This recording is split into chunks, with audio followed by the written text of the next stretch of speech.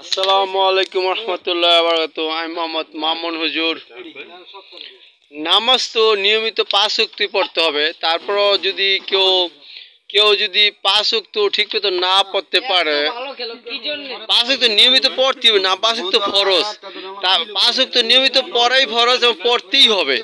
তারপর আরেকটা জিনিস মাথায় রেখেও নামাজ পড়তে হবে, সেটা হলো অর্থাৎ নিজের পছন্দ, নিজের যা যতটুকু নামাজ পড়তে মনে চায় তা পুরোপুরি পড়তে হইব।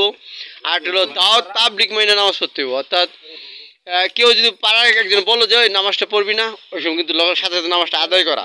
আপনি পড়তে মন না চাইতে পারে, শয়তান পাইতে পারে, মানুষের শয়তান পাইতে পারে, এই জন্য বলছি আর কি। যারা ইমাম সাহেব, যারা মাদ্রাসা, তো তারা সেটা নিয়মিত আদায় করে। কিন্তু আম পাবলিক যারা তাবলিগের সাথে বা যারা মাদ্রাসায় পড়ে না, স্কুল কলেজে পড়ে, তাদের শয়তান পাইতে পারে না। তাদেরকে কেউ যদি দাওয়াত দেয় যে ওই নামাজটা পড়ো, নামাজটা পড়ো, তখন লগে লগে আদায় করে নিলে সে পাপ মুক্ত হয়ে গেল। আর কোনো স্ত্রী পছন্দের নামাজও পড়তে হবে, ঠিক আছে না?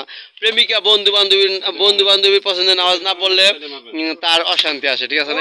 এগুলো মাথায় রেখে নামাজ পড়তে হয়, ঠিক আছে না? এগুলো মাথায় রেখে সবাই মা বাবার পছন্দের নামাজ, ভাই বোনের পছন্দের নামাজ, তারপরে প্রেমিকাদের পছন্দের নামাজ, ভালোবাসা মানুষের পছন্দের নামাজ, ঠিক আছে না?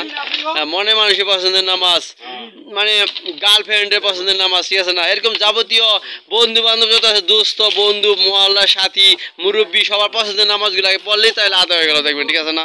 তাহলে দেখবেন যে নামাজে আপনার কাঙ্ক্ষিত নামাজে সব আপনি ঠিকই পেয়ে গেলেন, বেস্ট পেয়ে যাবেন, ঠিক আছে না?